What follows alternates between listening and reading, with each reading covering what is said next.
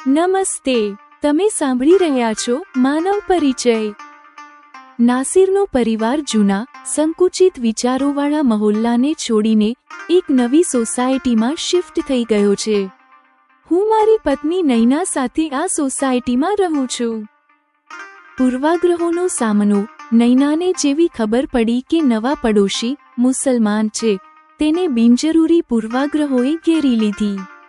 મારે તેને સમજાવવું પડ્યું, બિનજરૂરી પૂર્વાગ્રહ રાખવો ઠીક નથી। આપણે પુખ્ત વ્યક્તિઓ છીએ, આજે તેમની જરૂરિયાતના સમયે થોડી મદદ કરવાથી આપણને આગળ ક્યારેય તેમની પાસેથી સહયોગ લેવામાં સંકોચ નહીં થાય। દિલોનું મિલન। બીજા દિવસે મારી ખુશીનો પાર ન રહ્યો જ્યારે નૈનાએ જણાવ્યું કે નવા પડોશી નાસિર, તેની અમ્મી, પત્ની સબા અને દીકરી શનાયા રાત્રિ ભોજન પર આપણા ઘરે આવી રહ્યા છે। સન્માનની પરાકાષ્ઠા। રાત્રે જ્યારે તેઓ આવ્યા ત્યારે અમારા આશ્ચર્યનો વિષય એ હતો કે સબા અને નાસિરે નૈનાના ચરણ સ્પર્શ કર્યા અને મને હાથ જોડીને અભિવાદન કર્યું। તેઓ મુસલમાન હોવા છતાં આપણો આદર આપણી સંસ્કૃતિ મુજબ કરી રહ્યા હતા। સબાનો પરિચય। નાસિરે પરિચય આપ્યો કે સબાએ લગ્ન પછી ફરી ભણવાનું શરૂ કર્યું છે અને તે એ જયમાં ભણે છે જ્યાંથી આપણી દીકરીએ બીટેક કર્યું હતું। નૈનાએ તરત જ શનાયાને ખોળામાં લઈ લીધી અને કહ્યું, આ ડીંગલી તો સબા જેટલી જ વહાલી અને સુંદર છે। નૈનાના મનમાંથી તમામ શંકાઓ ભૂંસાઈ ગઈ। સમયની ઉડાન અને નાસિરનો ઉત્કર્ષ જોતા જોતામાં 5 વર્ષ વીતી ગયા। આ દરમિયાન નાસિરના પરિવારે સમાજમાં પ્રગતિ કરી। સબાએ બીટેક અને MBAની ડ્યુઅલ ડિગ્રી પૂરી કરી લીધી। નાસિરે વર્કશોપનો વિસ્તાર કર્યો અને રાષ્ટ્ર નિર્માણ પાર્ટીનું સભ્યપદ લેતા રાજનીતિમાં પ્રવેશ કર્યો। પડોશી ધર્મ। નાસિર પોતે નિયમિત અંતરાલે મારી કારનું રિપેરિંગ, સર્વિસિંગ કરાવતો રહ્યો। એક રહસ્યનો ખુલાસો। સબાની ડિગ્રી પૂરી થવા પર નાસિરે એક મોટી પાર્ટી રાખી જેમાં રાજકીય હસ્તીઓ પણ સામેલ હતી। કાનાફૂસી। પાર્ટીમાં મહેમાનોની વાતચીતમાં મને રહસ્યની એક વાત સાંભળવા મળી।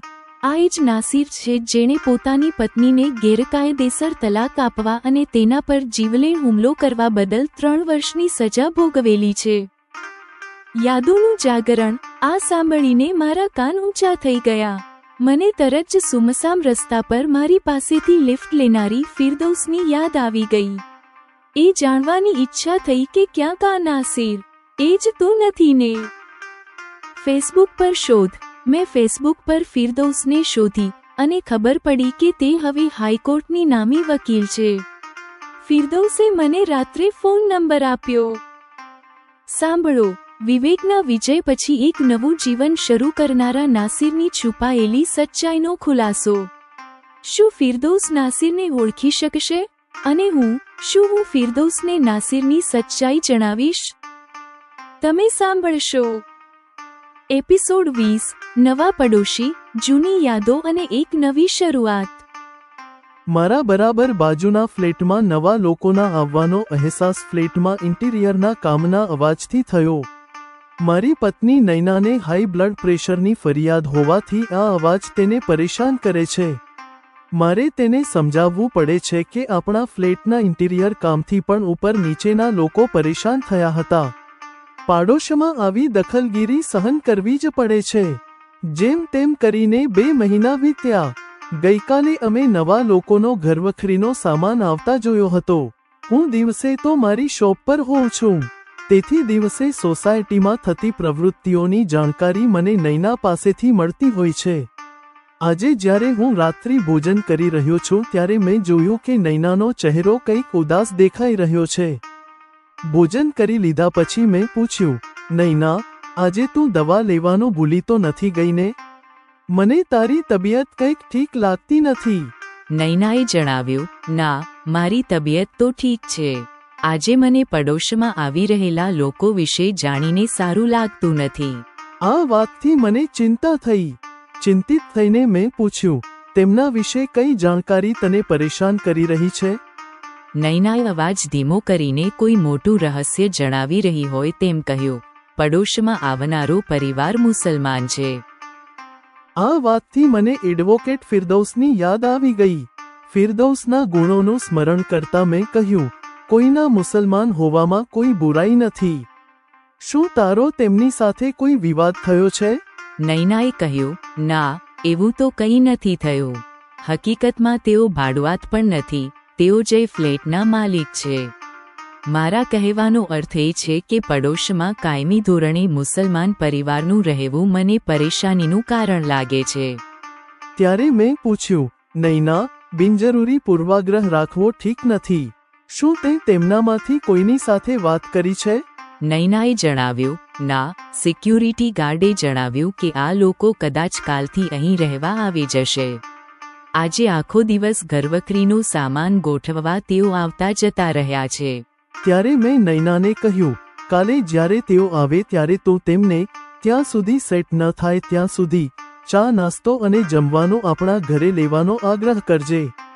પછી તેમના જવાબ મુજબ તું રસોઈયા પાસે રસોઈ બનાવી લેજે. નૈનાએ આના પર આપત્તિ કરતા કહ્યું, આપણે તો શાકાહારી ખાઈએ છીએ અને બનાવીએ છીએ. હું સમજી ગયો કે નૈના મનથી તેમની નજીક આવવા તૈયાર નથી. મેં કહ્યું, નૈના, પડોશીથી આવી દૂરી રાખવી ઠીક નથી. તું જાણે છે કે માંસાહાર કરનારા પણ શાકાહારી ભોજન તો ખાય જ છે. 1-2 દિવસ તેમને જમાડવાથી તેમને સુવિધા થશે અને આપણામાં સહયોગની સારી પરંપરા સ્થાપિત થશે. આપણે પુખ્ત વ્યક્તિ છીએ, હવે આગળ આપણે વૃદ્ધ જ થઈશું. આજે તેમની જરૂરિયાત પર થોડી મદદ કરવાથી આપણને આગળ ક્યારેય તેમની પાસેથી સહયોગ લેવામાં સંકોચ નહીં થાય. હવે નૈના મારો આશય સમજી છે. નૈનાએ કહ્યું, તમે કહો છો તો કાલે હું તેમને મળીને મારી તરફથી આ વ્યવહારિકતા નિભાવીશ. નૈના માની ગયા પછી મેં ટીવી પર ન્યૂઝ શરૂ કર્યા છે. બીજા દિવસે હું મારી શોપ પર જ છું ત્યારે બપોરે નૈનાનો કોલ આવ્યો. આપણા નવા પડોશીની માતા છે જે મારાથી લગભગ 8-10 વર્ષ મોટા છે. પડોશી પતિ પત્ની યુવાન છે અને તેમની 1 વર્ષની એક દીકરી શનાયા પણ છે. પત્નીનું નામ સબા છે. મને એ છોકરી ગમી છે. મેં વચ્ચે ટોકીને કહ્યું, તેમને જમવાનું પૂછ્યું? નૈનાએ કહ્યું, કહું તો છું, તમે થોડી ધીરજ રાખો. સબાએ લગ્ન પછી ફરી ભણવાનું શરૂ કર્યું છે. આપણી દીકરીએ જ્યાંથી BTech કર્યું છે તે જેમાં તે ફર્સ્ટ સેમેસ્ટરમાં ભણવા જાય છે. આજનું જમવાનું તેઓ સાથે લાવ્યા હતા. મારા આમંત્રણ પર રાત્રે ડિનર આપણી સાથે કરવા તેઓ સંમત થયા છે. આ સાંભળીને મને શાંતિ મળી. છેલ્લે મેં કહ્યું, બિગ બાસ્કેટમાં કોઈ સામગ્રી ઓર્ડર કરવી હોય તો કરી લેજે. નૈનાએ જણાવ્યું, તેની ચિંતા તમે ના કરો, મેં પહેલા જ આ કામ કરી લીધું છે. નૈનાએ કહીને કોલ ડિસ્કનેક્ટ કર્યો. રાત્રે ડિનર પર સબાનો પરિવાર આપણા ઘરે આવ્યો. ત્યારે અમારા આશ્ચર્યનો વિષય એ હતો કે સબા અને તેના પતિએ નૈનાના ચરણ સ્પર્શ કર્યા છે. સાથે જ ત્રણેય મને હાથ જોડીને અભિવાદન કર્યું છે. તેઓ મુસલમાન હોવા છતાં આપણો આદર આપણી સંસ્કૃતિ મુજબ કરી રહ્યા છે. સબાના પતિએ ત્યારે પોતાનો પરિચય આપતા કહ્યું, સર, હું નાસિર છું. આ મારી અમ્મી છે અને આ મારી પત્ની સબા છે. સબાનું ભણતર લગ્ન પહેલા છૂટી ગયું હતું. આ વર્ષે પ્રવેશ પરીક્ષામાં સફળ થઈને એમાં એડમિશન લીધું છે. અહીંથી તેની કોલેજ નજીક છે એટલે અમે આ ફ્લેટ લીધો છે. મારો કાર સર્વિસ અને રિપેરિંગનો વર્કશોપ છે. તમે આજે ડિનર પર આમંત્રણ સાથે આ સોસાયટીમાં અમારું સ્વાગત કર્યું છે તે બદલ અમે તમારા ખૂબ આભારી છીએ. મેં હસીને કહ્યું, જી નાસિર, આ તો પડોશી હોવાનો ધર્મ છે. આજ અમે નિભાવી રહ્યા છીએ. અમારે 2 બાળકો છે. અમારો દીકરો 25 વર્ષનો અને દીકરી 23 વર્ષની છે. ભણતર પૂરું કર્યા પછી અત્યારે બંને ઓસ્ટ્રેલિયામાં જોબ કરી રહ્યા છે. અમે બંને જ અહીં રહ્યા છીએ. મારી પોતાની શોપ અહીં એન્ટિક માર્કેટમાં છે. મેં આટલો પરિચય આપ્યા પછી નૈનાએ સબાની દીકરી શનાયાને ખોળામાં લઈ લીધી છે. તેને વહાલ કરતા કહ્યું, આ ડીંગલી તો સબા જેટલી જ વહાલી અને સુંદર છે. આની સાથે હવેથી મારું મન પણ પરોવાયેલું રહેશે. નાસિરની અમ્મી આના પર સ્મિત કર્યું. તેમણે કહ્યું, જી નૈનાજી, આ ડીંગલી જ હવે મારો પણ જીવ છે. પછી અમારા બધામાં ઘણી આડી અવળી વાતો થતી રહી. ત્યારે બધા ડિનર ટેબલ પર સાથે બેઠા. આનંદપૂર્વક ભોજન લેવાની સાથે નાસિર સહિત તમામ મહેમાનોએ તે સ્વાદિષ્ટ હોવાની અત્યંત પ્રશંસા કરી છે. ભોજન પછી તેઓ ગયા. ત્યારથી નાસિરના પરિવારના વ્યવહારે આગળના દિવસોમાં નૈનાના મનમાંથી તમામ આશંકાઓ મિટાવી દીધી. હવે નૈના શનાયા અને તેમની અમ્મીની કંપનીમાં વધુ રહેવા લાગી છે. આગળ 5 વર્ષનો સમય જાણે પાંખો લાગી હોય તેમ ઝડપથી વીતી ગયો. આ દરમિયાન નાસિર અને સબાને બીજી એક દીકરી થઈ. નાસિરે આ દરમિયાન પોતાના વર્કશોપનો વિસ્તાર કરવાની સાથે જ રાષ્ટ્ર નિર્માણ પાર્ટીનો સભ્યપદ લેતા રાજનીતિમાં પણ હિસ્સો લેવાનું શરૂ કર્યું છે. નિયમિત અંતરાલે મારી કારનું રિપેરિંગ, સર્વિસિંગ પણ નાસિર પોતે જ કરાવી દેતો. ખરેખર આ પડોશીઓના મળવાથી અમે ખૂબ જ ખુશ છીએ. પછી એ દિવસ પણ આવ્યો જ્યારે સબાએ BTech અને MBAની ડ્યુઅલ ડિગ્રી પૂરી કરી લીધી છે. નાસિરે આ અવસરે મોટી પાર્ટીનું આયોજન કર્યું. આ પાર્ટીમાં ઘણી રાજકીય હસ્તીઓ પણ આવેલી છે. તે પાર્ટીમાં જ મહેમાનોની વાતચીતમાં મને રહસ્યની એક વાત સાંભળવા મળી. આ વાત નાસિરની પ્રશંસામાં એક મહેમાન બીજાને કહેતા સંભળાયા. એક ખૂબ ખરાબમાંથી કેવી રીતે કોઈ એક ખૂબ સારા વ્યક્તિ બની શકે છે, તે નાસિર તેનું સર્વોત્કૃષ્ટ ઉદાહરણ છે. આજના નાસિરને જોઈને કોઈ વિચારી પણ ન શકે કે આ એ જ નાસિર છે જેણે પોતાની પત્નીને ગેરકાયદેસર તલાક આપવા અને તેના પર જીવલેણ હુમલો કરવા બદલ 3 વર્ષની સજા ભોગવેલી છે. આ સાંભળીને મારા કાન ઊંચા થઈ ગયા. ત્યારે મને સુમસામ રસ્તા પર મારી પાસેથી લિફ્ટ લેનારી ફિરદૌસની યાદ આવી ગઈ. ભલે મેં પાર્ટીમાં આની પુષ્ટિ કરવાની કોઈ કોશિશ ન કરી, પણ ફિરદૌસને આ જણાવવાની મારી ઈચ્છા પ્રબળ થઈ ગઈ. બીજા દિવસે શોપ પર મેં ફેસબુક પર લોગિન કર્યું. મેં જોયું ફિરદૌસ હજુ પણ પોતાની ફોટો અને અન્ય સિદ્ધિઓવાળી પોસ્ટ શેર કરી રહી છે. તે જ પોસ્ટથી મને જાણવા મળ્યું કે બીજા શહેરમાં હવે ફિરદૌસ હાઈકોર્ટની નામી વકીલ થઈ ગઈ છે. ત્યારે મેં મેસેન્જરમાં ફિરદૌસને સંદેશ લખ્યો, શુભ દિવસ ફિરદૌસ, તમે કેમ છો? બાદમાં રાત્રે ફિરદૌસે મને રિપ્લાય કર્યો, સર, તમે મને યાદ કરી, મને ખૂબ જ આનંદ થયો.